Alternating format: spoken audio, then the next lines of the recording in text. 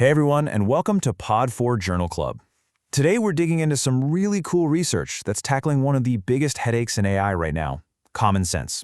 The paper introduces a method called SUPERNOVA, and honestly, it could be a total game changer for how we build smart machines.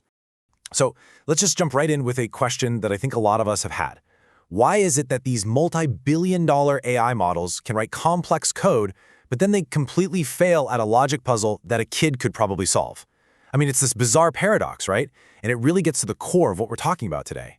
Well, that missing piece, researchers call it general reasoning. It's not just about knowing stuff. It's about being able to connect the dots, using logic, understanding cause and effect, basically all the stuff that separates just memorizing facts from actually understanding how the world works.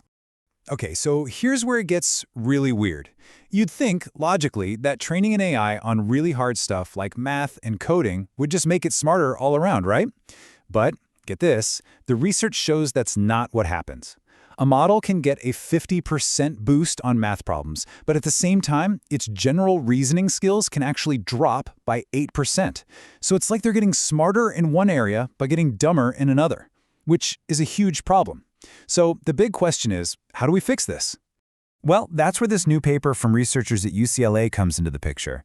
They've come up with a whole new framework for training these AIs, and they've given it a pretty epic name, SUPERNOVA.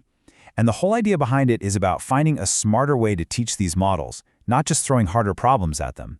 So at the heart of their method is this technique called reinforcement learning with verifiable rewards, or RLVR for short.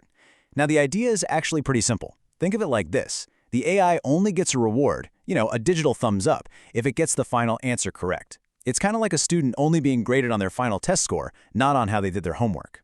And this works beautifully for things like math, where there's one clear right answer. But for common sense, that's a whole lot trickier, mostly because it's just really hard to find enough good, high-quality training data.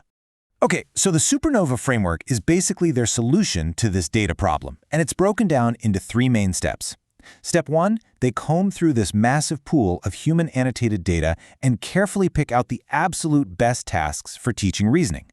Step 2, they experiment to figure out the perfect recipe for mixing all these different types of tasks together. And then step 3, they actually test whether trying to make the data artificially harder does any good. Now, let's talk about that second step, task mixing, because this is a really key decision they had to make. They had 2 options. They could go with what they call macro mixing. That's just picking the tasks that seem to work best on average for everything. Or they could try micro mixing, which is where you get way more specific and create a custom-tailored mix of tasks for each individual reasoning skill. You can think of it like, do you want a general one-size-fits-all workout plan, or do you want a specific routine for each muscle group? That's the choice they were looking at. All right, so let's get to the good stuff. What did all this experimenting actually reveal? Because what they found has some pretty massive implications for the future of AI. First off, let's answer the big question. Does the training data you choose even matter? And the answer is, oh, absolutely. It matters a ton. Check this out. The single best training task they found boosted the AI's reasoning performance by almost 40%. But the worst task? It actually made the model worse, dropping its performance by 9%. The message here couldn't be clearer. Not all data is created equal. Picking the right data is literally everything. And hey, remember that whole macro versus micro mixing debate? Well, the data settled it. Micro mixing, that more targeted, specific approach, was the clear winner. It consistently outperformed the general one-size-fits-all strategy. So it really seems like when you're trying to teach something as complex as reasoning, a custom-tailored curriculum is the way to go. But then, they found something really surprising. Remember that third step where they tried to make the data artificially harder? Adding extra fluff or trying to trick the model? Well, guess what? It didn't work. At all. None of their tricks to make the data synthetically more difficult actually improve the model's performance, which is fascinating. It suggests that you can't just fake your way to better training data. So what happens when you put all these insights together? The researchers took everything they learned and created the final SUPERNOVA dataset. And the results? They're pretty incredible. The standard, baseline model scored around 23% on a really tough reasoning benchmark. But the model trained on their new, carefully curated SUPERNOVA data, it shot up to over 33%. I mean, that is a huge leap in performance.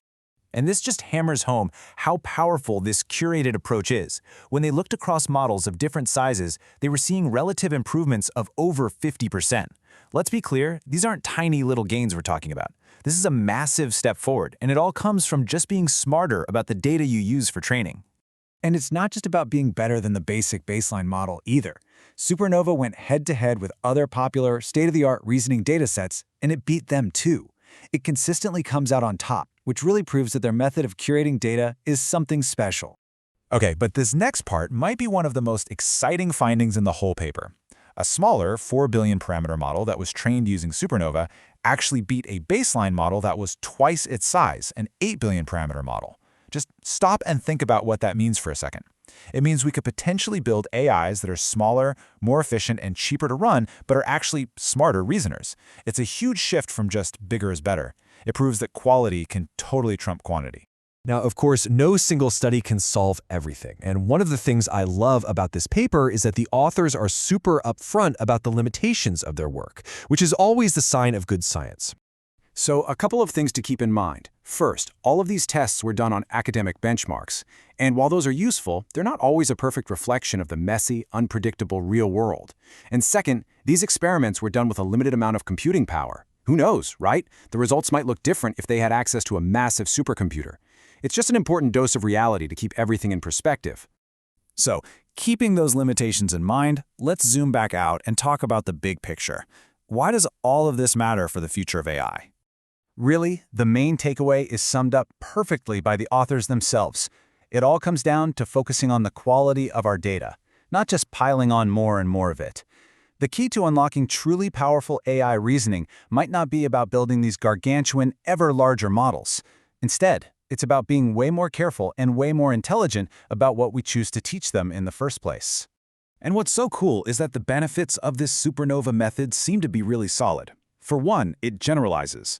The improvements aren't just a one-off. They work on other big model families, like Llama. Second, the skills actually transfer. A model trained on SUPERNOVA gets way better at tasks it's never even seen before. And maybe most importantly, it doesn't cause the model to forget what it already knows. Its math skills stay sharp. I mean, it's pretty much a win-win-win.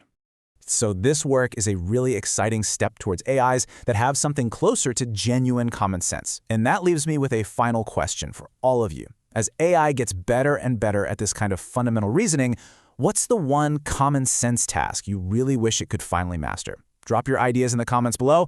I'd love to see what you all come up with. Thanks so much for joining me at Pod 4 Journal Club.